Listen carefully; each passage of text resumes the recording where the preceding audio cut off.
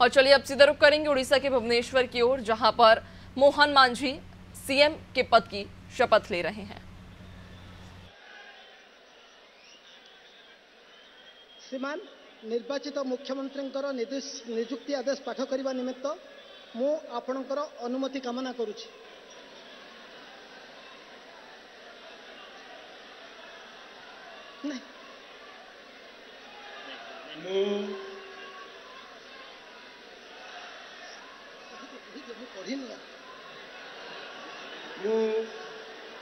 श्री मोहन चरण माझी ईश्वरंक नाम रे शपथ करुअछि जे मु विधि द्वारा प्रतिष्ठित भारतर संविधान प्रति श्रद्धा और निष्ठा रखिबी, भारतर सार्वभौमत्व और अखंडता रक्षा करिबी, ओडिशा राज्यर मुख्यमंत्री रूपे मोर कर्तव्य श्रद्धा और शुद्ध अंतरकरण रे निर्वाह करिबी एवं बिना भय बा पक्षपात रे बिना अनुराग बा देश रे सबु प्रकार लोकंक प्रति संविधान और विधि अनुसार न्याय प्रदान करिबी।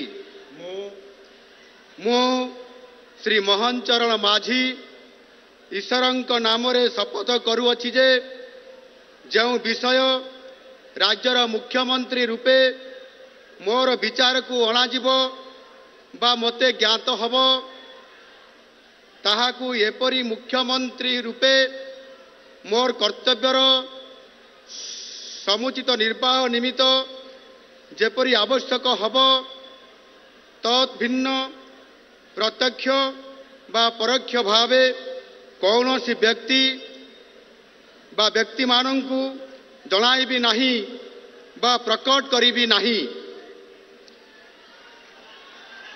धन्यवाद।